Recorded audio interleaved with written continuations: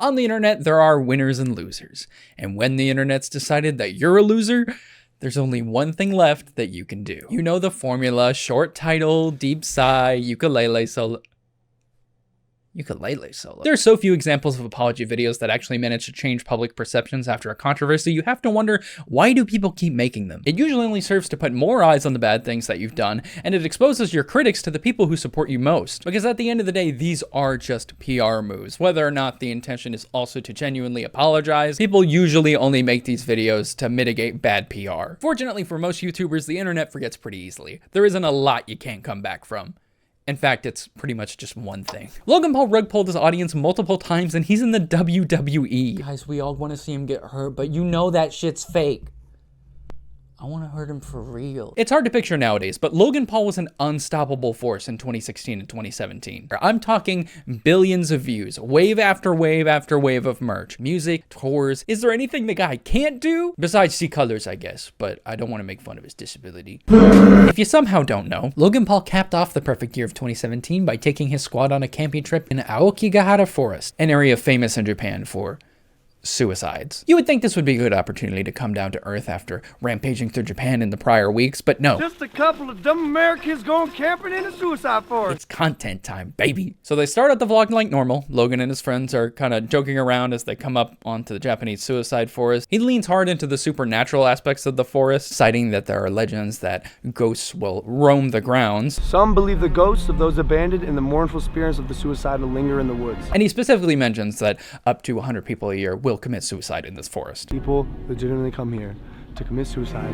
about 100 people per year. As you likely know, they do come across a dead body, at which point he starts making jokes. What, you never stand next to a dead guy? No. The only part of the video that he blurs is the guy's face. You can very clearly see him hanging from the tree, and you can see his purple hands, which he comments on as well. This is very, dude, his hands are purple. He did this morning.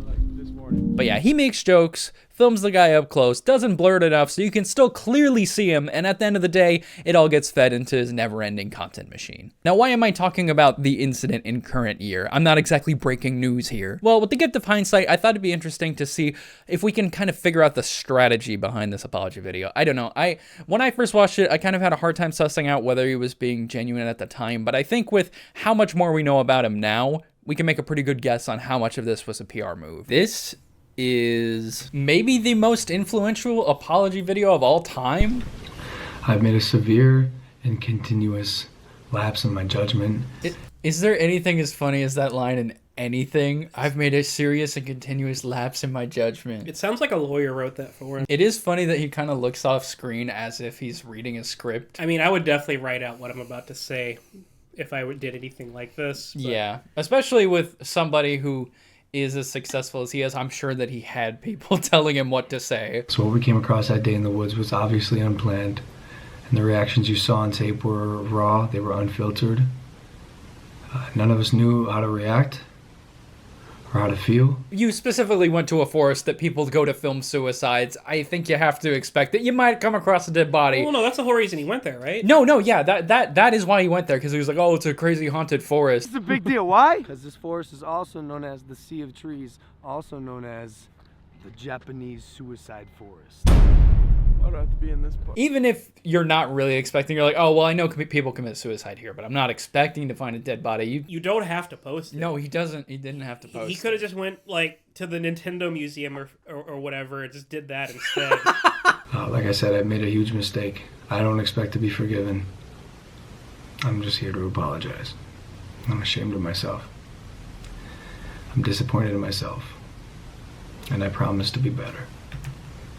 I don't know, that's not too bad. Like I said, I've made a huge mistake. I mean, it's everything I would say, but at the same time, like, you still posted it. Yeah, he did still post it, but I mean, that's very straightforward. He's not making excuses or anything as of this point in the video. Yeah, it's one of those things where, at least so far, you know, he said everything he should, but you can't undo what's done. And ultimately, actions speak louder than words on that. If after this he had cleaned up his act and been acting a little more respectful of the topics that he was covering, maybe people would have given him a bit more leeway, but when he came back, he was instantly back into jackass mode. So the question remains, why did he make this video at all? The cynical part of my brain wants to say that maybe he just hadn't learned the lesson yet, that leaning into a controversy for clicks is usually more profitable for him in the long run as opposed to being genuinely apologetic, but maybe there was a genuine part of him that wanted to make amends, that wanted to make things better. It's kind of a catch-22 because you can't just stay silent on things once controversy comes up.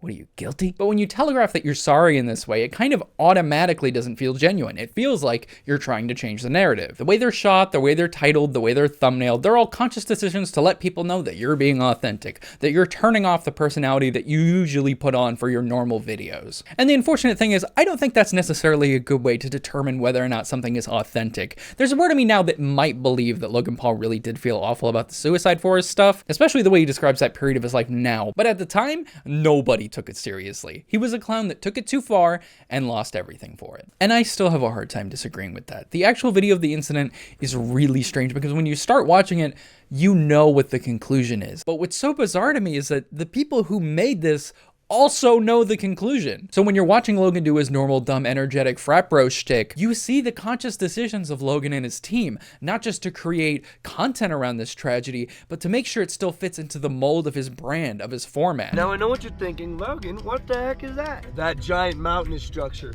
is Mount Fiji. That is where they make Fuji water. Nope, Mount Fuji.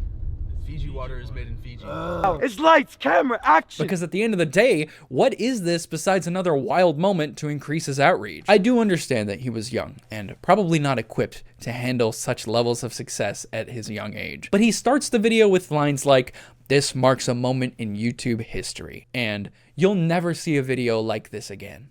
He's selling the content as just another crazy moment in his catalog of crazy moments. Do you want to see more?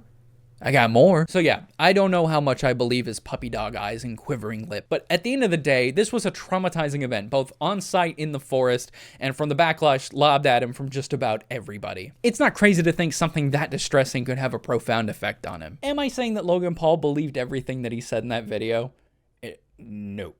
I don't know that for sure, but there's a part of me that thinks that it might be possible. But actions speak louder than words, and whether or not he meant it at the time, it's easy to point out Logan as the lying con artist that he is today. But we didn't find that out because his apology video was funny. He told us openly and proudly how willing he was to scam his audience. Allegedly. It's so funny going back to this time when he does seem generally well-meaning, whereas not long after with something like CryptoZoo, he gets angry and claps back at the people calling him out, because now, if he admits wrongdoing, that would mean jail time. I'm not gonna get too far into that because it goes way beyond the scope of this video, but I do recommend you check out CoffeeZilla's videos about CryptoZoo. He was on the front lines when all of that happened, and I genuinely think those are some of the best videos covering the situation. I do have to add a disclaimer here because I don't think that Logan was directly implicated in the CryptoZoo scheme. So when I say he's a scammer, that's not true from a legal standpoint, that's just my opinion. It's not been proven legally that he scams people, but I got my eye on you, buddy.